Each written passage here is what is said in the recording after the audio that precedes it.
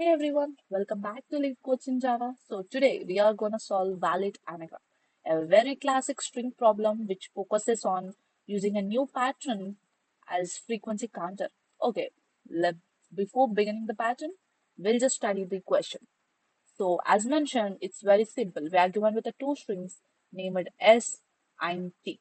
So we have to return either true or false only if the given string T is an anagram of S. So for understanding this very well, we need to understand what an actual anagram is. So it is also mentioned here, an anagram is a word formed by rearranging the letters of a different word using all the original letters exactly once. So what do we understand from this? We should have the same letters in the both the arrays, even including their frequency, but not their order. So let's have a simple examples for that.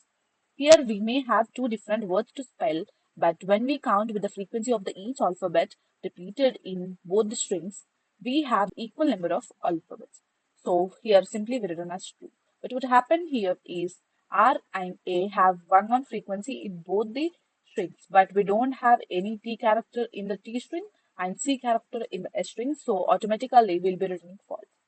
So, what could you think of a very optimal solution for this? A very basic solution. What could be that? Simply, we may also go through both the arrays and check out if both the arrays contains the equal number of letters.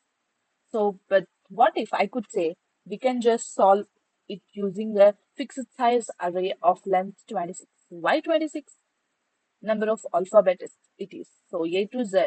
So we'll just take a counter array which has fixed length of 26 for storing all the letters, mainly lowercase letters for here. So for every character in the S, we'll be updating that array by +1 at at this letter. And when we reach the T string, we'll be decrementing the same value so that if we increment A from the string S multiple times, like how many times? 1, 2, and 3. So when we come through T string, we'll be just decrementing the A 3 times. So what will be the resultant value of A? It is 0. So after doing this count operation, increment and decrement, we'll just check whether our count of the all the letters is equivalent to 0 or not. So it's very clear that if to 0, there can never be anagrams. So by keeping that intuition in mind, let's code our solution very better. So a very clear thing about anagram is order, but we should have the same frequency for every letter in the both strings. So by remembering this criteria, we could just keep an starting I that if the lengths of the both strings are not equal, then the both strings cannot be anagrams anymore. So there is no need of performing any logic for those kind of inputs. So we'll just measure the s dot length, that is string 1 dot length is not equals to t dot length. We'll just directly return false in this case. And as I said, we have to create a fixed size counter array which will be storing the 26 alphabets in it. After this, we have to traverse towards our strings from the started elements to the last element till the size we go.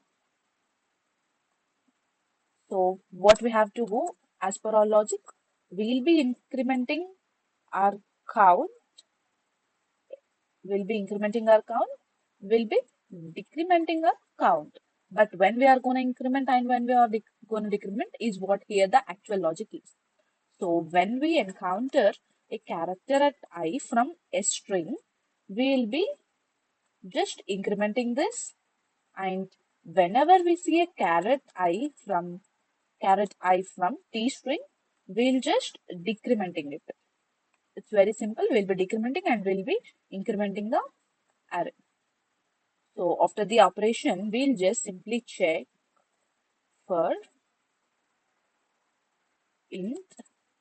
Let's take some count. So what the count measures actually, the each element of the counter value. Like each element in the counter array is gonna be equal to 0. So count will take the values in counter and checks whether their count is equals to 0 or not.